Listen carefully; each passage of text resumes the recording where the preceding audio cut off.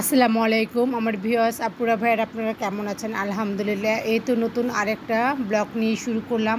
সকাল থেকেই শুরু করলাম। শুরু হয়ে গেল আমার ব্যস্ততার দিন। তো সকাল থেকেই একটু টিপটিপ বৃষ্টি হচ্ছিল আর কি। তো এই বৃষ্টিটা ওয়েদারটা একটু ঠান্ডা করে রেখেছে, ভালো লাগছিল আর কি। তো যেহেতু একটু গরম পড়েছে আর সকালের দিকে অনেক দিন পরে এরকম বৃষ্টি দেখতেছি, ভালোই লাগছিল। মানে ভালোই বৃষ্টি হচ্ছিল। বৃষ্টিটা দেখে আমার খুব বৃষ্টির পানিতে ভিজতে ইচ্ছে করতেছিল।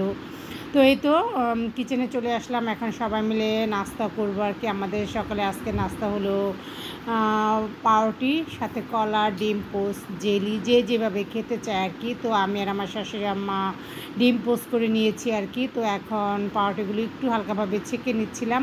আর এদিকে মেয়ে ও তার বাবা টেবিলে বসে নাস্তা খাচ্ছিল, গল্প করছিল, কথা বলতেছিল।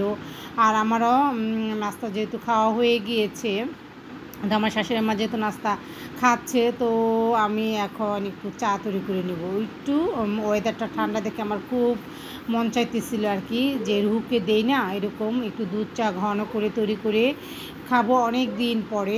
কারণ আমি সবসময় এই চাটা ওরকমভাবে খাই না, যখন মাঝে মধ্যে অনেক খেতে ইচ্ছে করে একদম দুধ ভালো করে ঘন করে, মানে একদম এই চাটা যখন তৈরি করি খেতে দারুণ। সবাই মিলিয়ে যেহেতু খাবো, শাশুড়ি আম্মাকে আগে জিজ্ঞেস করেছি আপনি খাবেন কি না। আম্মাও যেহেতু খেতে চেয়েছে আর আমার মেয়েও যেহেতু খুব পছন্দ করে।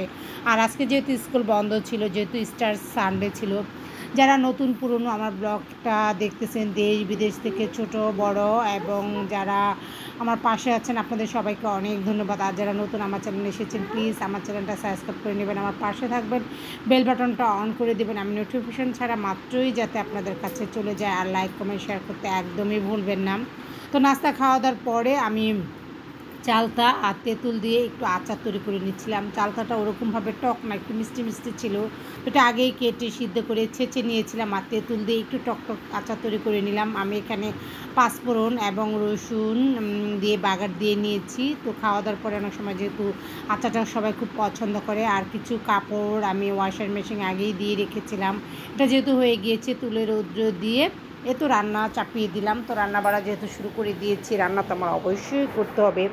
আজকে মিষ্টি কুমড়া একটু অন্যরকমভাবে রান্না করব। মশলাটা যেহেতু আগেই কষিয়ে নিয়েছিলাম, আর মিষ্টি কুমড়াটা একটু বড় বড় করে চাকচাক করে কেটে আমি ভালো করে কষিয়ে নিয়েছি। এখন পরিমাণ মতো পানি দিয়ে দেবো, যেহেতু মিষ্টি কুমড়াটা সিদ্ধ হতে বেশি সময় লাগে না, অল্প পানি হলেই হয়ে যাবে। আর এখানে আমি বেশ কিছু তেঁতুল দিয়ে দেবো। এইভাবে এই মিষ্টি কুমড়ার চাটনিটা, মানে পাতুইটা রান্না করলে আমার শাশুড়ি আম্মা এবং আমার হাজব্যান্ড তো খুব পছন্দ করে। তো আমি একদম পরিমাণ মতো তেঁতুল দিয়ে দিলাম, আর সাথে কিছু কাঁচামরিচ দিয়ে দিলাম ঝালের জন্য। কাঁচামরিচগুলো আমি আস্তই রেখেছি, যেহেতু আমার মেয়েও খাবে ঝালটা, যেহেতু খেতে পারে না ওরকমভাবে।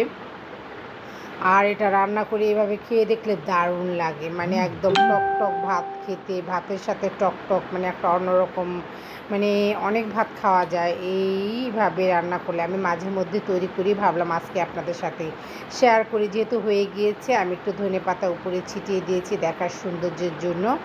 তো এই তো রান্না বাড়া যেহেতু স্টার্ট করেছি, রান্নাটা যেহেতু অনেকটা হয়ে গিয়েছে, আর আমার মিষ্টি কুমড়ার পাতুরিটা যেহেতু হয়ে গিয়েছে, রান্না করেছিলাম সাথে হলো ইলিশ মাছ।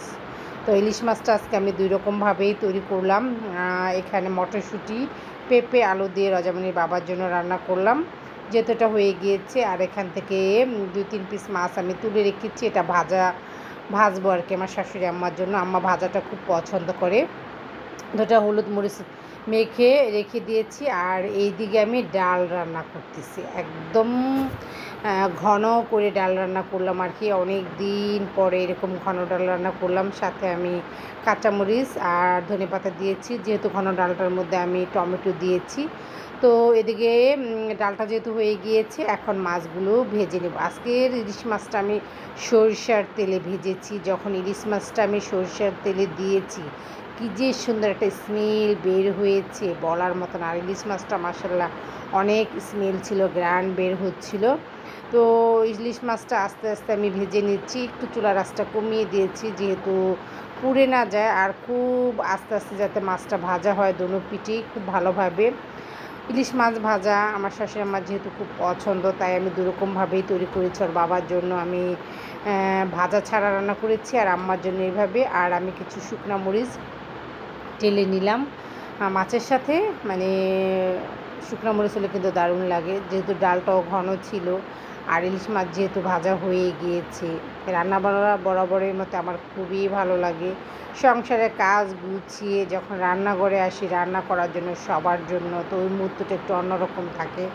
আর রান্নাবাড়া যখন শেষ হয়ে গিয়েছে দুপুরবেলা আমি আম ভর্তা করেছি, ওফ দারুণ কাসন্ত দিয়ে।